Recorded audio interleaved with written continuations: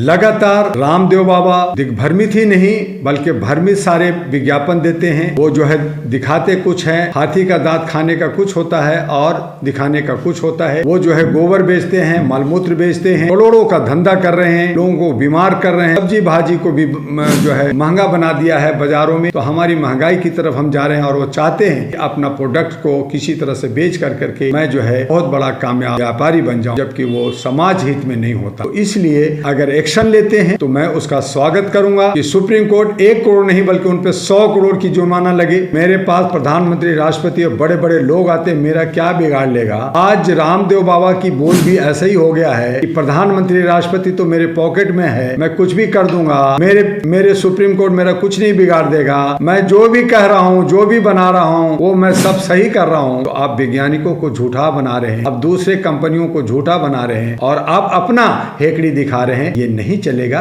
ये डेमोक्रेसी है, ये लोकतंत्र है और यहाँ कानून का राज होता है, जो कानून सबके बराबर जनता के हित में बात करती है और कई बार जनता का विश्वास भी सुप्रीम कोर्ट जीतती है। लेकिन ये सिर्फ नोटिफिकेशन होता है, डराने का एक इन्होंने शगुफा बना रखा है, कोई एक्शन होता नहीं है। लगातार रामदेव बाबा दिग्भ्रमित ही नहीं बल्कि भ्रमित सारे विज्ञापन देते हैं।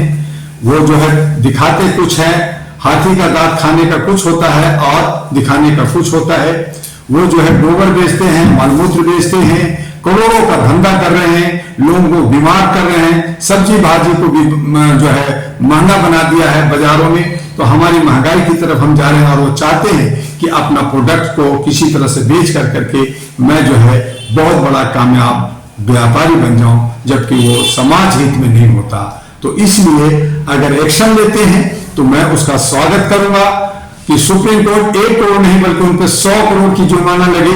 लेकिन वो होता नहीं है और जनता ठगी जाती है। लेकिन सुप्रीम कोर्ट के फटकार के बाद रामदेव बाबा सुप्रीम कोर्ट में कहते हैं कि हमारी दवाई शोध पर आधारित, मरीजों की परेड करा दूंगा। सुप्रीम कोर्ट के अंदर मरीजों की परेड करा दूंगा, हमारी शोध आधारित। यही आसाराम की बोली थी कि मेरे पास प्रधानमंत्री, राष्ट्रपति और बड़े बड़े लोग आते, मेरा क्या बिगाड़ लेगा। आज रामदेव बाबा की बोल भी ऐसे ही हो गया है कि प्रधानमंत्री, राष्ट्रपति तो मेरे पॉकेट में है, मैं कुछ भी कर दूंगा, मेरे सुप्रीम कोर्ट मेरा कुछ नहीं बिगाड़ देगा, मैं जो भी कह रहा हूं, जो भी बना रहा हूं वो मैं सब सही कर रहा हूं। तो आप वैज्ञानिकों को झूठा बना रहे हैं, आप दूसरे कंपनियों को झूठा बना रहे हैं और आप अपना हेकड़ी दिखा रहे हैं। ये नहीं चलेगा। ये डेमोक्रेसी है, ये लोकतंत्र है और यहाँ कानून का राज होता है, जो कानून सबके बराबर होते हैं। सबसे बड़ी बात है कि मैं आपको पहले बता दूं कि लोगों को नहीं मालूम कि पनौती का अर्थ क्या होता है।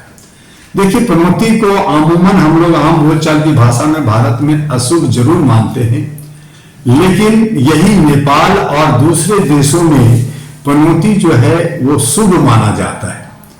तो अब मानिए आप किस तरह से ये नहीं कह सकते, लेकिन जो गेम हुआ, जिस तरह से हमारे खिलाड़ी क्रिकेट में हारे, वो साफ दिख रहा था कि जब हम सारे सीरीज जीत लिया, जब हम पहले दिन बहुत अच्छा खेल रहे थे और आपके पदार्पण होते ही खेल में क्या ऐसी आंधी आ गई, क्या ऐसे पर्दे आ गए, क्या ऐसे आंख में आपने झोंक दिया कि हम छक्का चौका छोड़ दिए, बाकी छोड़ दिए, गेम खराब हो गया और हम हार गए।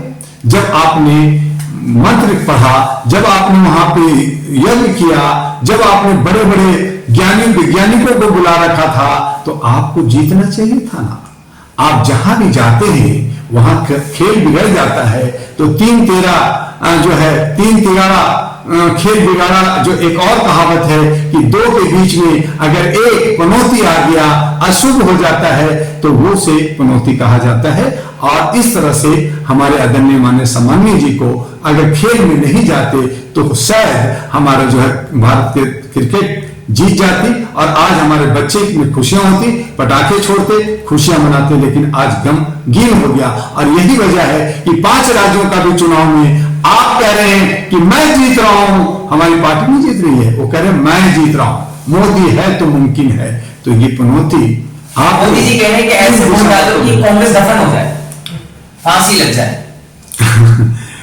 ऐसा है कि पार्टी जनता को गुमराह करने के लिए, अपने को दबंग बनाने के लिए हिटलरबाजी करना, तानाशाह दिखाना, ये चलता रहता है। तो ये दफन हो जाए, कोई दफन नहीं होता। पार्टी जो है, कोई भी पार्टी बड़ी मजबूती से बनती है, बहुत पुरानी होती है, काफी स्ट्रगल करता है। कांग्रेस जो है आजादी से पहले की पार्टी है, तो आप कितना खत्म कर दो। मोदी जी कह रहे हैं छू मंतर हो जाएंगे 3 दिसंबर को। कर दो ना, हम इंतजार कर रहे हैं। जर्नलिस्ट महोदय, मैं भी इंतजार कर रहा हूं। मैं भी ऐसा नेशनल पार्टी का राष्ट्रीय अध्यक्ष हूं। मैं भी 222 पार्टियों का जो है गठबंधन का चेयरमैन हूं। मैं देख रहा हूं कि 2003 में विपक्ष छूमंतर होगा या बीजेपी छूमंतर होगा, ये सामने आ जाएगा। राहुल गांधी के बाद लालू यादव भी कह रहे हैं कि नरेंद्र मोदी अशुभ है, तो क्या उन पर भी कार्रवाई होगी? क्या इसी इलेक्शन कमीशन में पहुंच जाएंगे बीजेपी? देखिए, ये कार्रवाई, ये जो है ईडी, इनकम टैक्स और सीबीआई सब इनके गोद में है। मीडिया जो है, इलेक्ट्रॉनिक मीडिया, सब इनके गोद में है, पेड मीडिया है। तो ये कुछ भी कर सकते हैं। जब एक निरंकुश राजा होता है, जब तानाशाह राजा होता है, हिटलर भी अपना हिटलरगिरी में न जाने लाखों करोड़ों को कत्ल करा दिया, तो आप उस स्टाइल में अगर आप राज करोगे तो ये कुछ भी कर सकते हैं। एक आम जर्नलिस्ट को भी, आम आदमी को भी, ये तो बड़े बड़े लीडर है, लीडरों को भी कई लोगों को जेल भेज दिए, कई लोगों को जेल भेजने की कोशिश। आरजेडी संसद है, वो कह रहे हैं कि जिसे ईडी, सीबीआई, आईटी कहते थे, अब वो बीजेपी है। बच्चा जानना, देखिए, वो बच्चा जानना, वो सब तोते मैंने कौवे कुत्ते हो गए हैं, और ये सब जो है उनके ही एक धड़ बन गए हैं। लेकिन यही जो दशा, अब उन्हीं के साधु सन्यासी, उन्हीं के बड़े बड़े एक्सपर्ट अब कहने लगे हैं कि मोदी जी का वक्त अब जा रहा है, समय ढल रहा है, और जो है अपनौती हो रहा है, और जो है आने वाला ग्रह नक्षत्र कह रहा है कि मोदी जी देश के प्रधानमंत्री, अगला देश के प्रधानमंत्री नहीं होंगे। तो आपको चाहिए था कि बागेश्वर बाबा के शरण में जाके कहते, मेरी पर्ची निकाल दे, मैं बनूंगा या नहीं बनूंगा।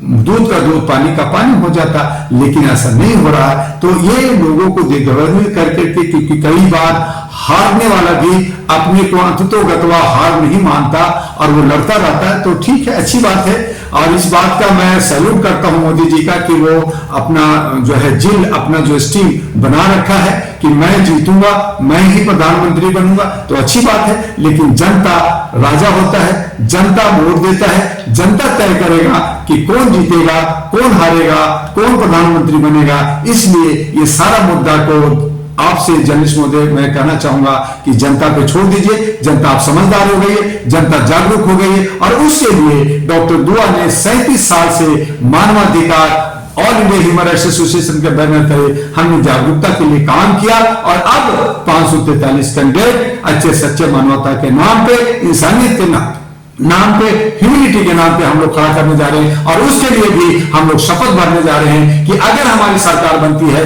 तो हम लोग काम करेंगे, नहीं करेंगे तो चल अचल संपत्ति सभी नेताओं की जब्त होगी, रिकॉल सिस्टम होगा, और आजीवन उन पे चुनाव पे प्रतिबंध होगा। तो ये अगर हमारे आदरणीय माननीय सम्माननीय मोदी जी करते हैं तो मैं उनको साथ देने के लिए तैयार हो। लोग भी साथ देंगे, चाहे बीजेपी हो, चाहे कांग्रेस हो, आए वो लिखित में दे, सुप्रीम कोर्ट से शपथ बनाएं और इलेक्शन कमीशन में शपथ बनाएं। लेकिन नहीं करते, ये जुमलाबाजी करते हैं, और जो है ये जो जात पात करते हैं, नफरत फैलाते हैं, और लोगों में बेमनस करके, वोट का पोलराइजेशन कर करके, हिंदू मुस्लिम कर करके, और मर्द में बात करके, और भी तरह तरह से हटकंडा कर करके ये जो अपना वोट लेकर के सत्ता में आना चाहते हैं, ये लोकतंत्र के काला धब्बा है। और लोकतंत्र को बचाने के लिए अब जमाना, ममता ने अडानी से 25,000 करोड़ का प्रोजेक्ट छीना है, क्या 2024 से या 3 दिसंबर से पहले अडानी को झटका है?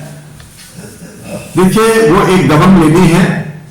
जब वहां बंगाल में इलेक्शन हो रहा था तो ममता बनर्जी को ओ दीदी, और उनको बड़ा ही व्यंग तरीके से आवाज दी जाती थी, और ये कहा जाता था दीदी गई फर उड़ गई, तो नहीं हुई। वो एक बहुत ही आयरन लेडी है, और वो काम बढ़िया से कर रही है। तो वो अगर जो भी कर रही है, और आप जो कर रहे हैं, वो अच्छा है, और अगर ममता बनर्जी कर रही है तो बुरा है। मैं ये कहना चाहता हूं कि आपने गुजरात में आप सरदार वल्लभ भाई पटेल को आयरन मैन थे, हमारे देश से आन बान शान थे, आपने उनको पीतल मैन बना दिया, पीतल का आपने बना दिया। उसके बाद वो जो स्टेच्यू है उसका हाइट रखा 182, क्यों? क्योंकि गुजरात में 182 जो है विधानसभा का सीट है, तो आपने विधानसभा में यानी गुजरात में समेट दिया हमारे नेशनल लीडर को। तो आप करें तो अच्छा और दूसरा करे तो बुरा। आपने जो है सरदार वल्लभ भाई का स्टेडियम को अपने नाम लिखवा दिया और वहां कहा मैं दबंगगिरी दिखाऊंगा, मैं जो है विश्व कप जीतूंगा। तो जिता दिया ना, और नहीं जिताया तो अगर कांग्रेस, राहुल या दूसरा पार्टी या कह रहे हैं या लालू जी कह रहे हैं सीए पनौती है, तो क्या बुरा कर रहे हैं? लास्ट सवाल, मोदी जी कह रहे हैं कि 2028 तक अनाज देंगे, वही बीजेपी के ही सांसद है वरुण गांधी वो कहते हैं कि तेरी मोहब्बत में हो गए फना, मांगी थी नौकरी मिला आटा दाल चना। जय श्री राम बोलने से क्या कोई काम हो रहा है? ये उनका बयान, खुद अपने ही पार्टी को। उनका ही वरुण गांधी कौन? बीजेपी का ही बंदा है ना, उसी से वो सांसद है ना बाबा।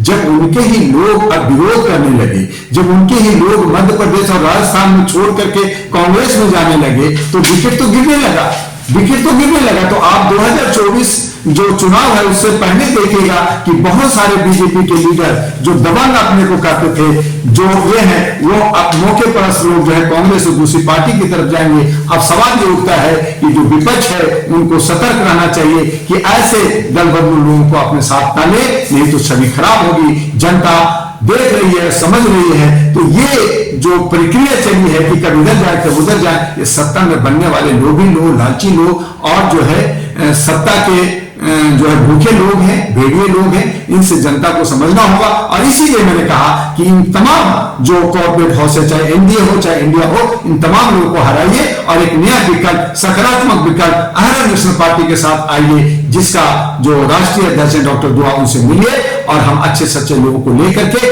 देश के लोकतंत्र को बचाएंगे, हम देश के संविधान को बचाएंगे और आपके संपूर्ण अधिकार को शपथ पत्र के साथ लिखित रूप में देकर के आपके हक अधिकार के लिए